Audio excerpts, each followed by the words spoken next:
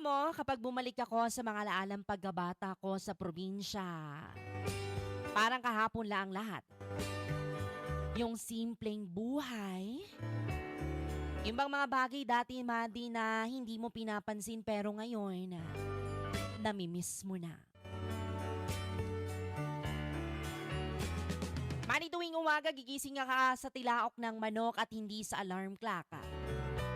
Tapos paglabas pa ng bahay mo ay mararamdaman mo agad ang labigan ng simoy ng hangin at amoy na amoy mo ang halimuyak ng mga bulaklak at damo na basa dahil sa hamog. Yung tipong hindi mo na kailangan magmadali. Dati, yung bang walang cellphone na hawak-hawakan, kundi pamalo lang ni nanay kapag late ka ng gumising. Tapos, didiretso ka na lang sa taniman o kaya sa bukid.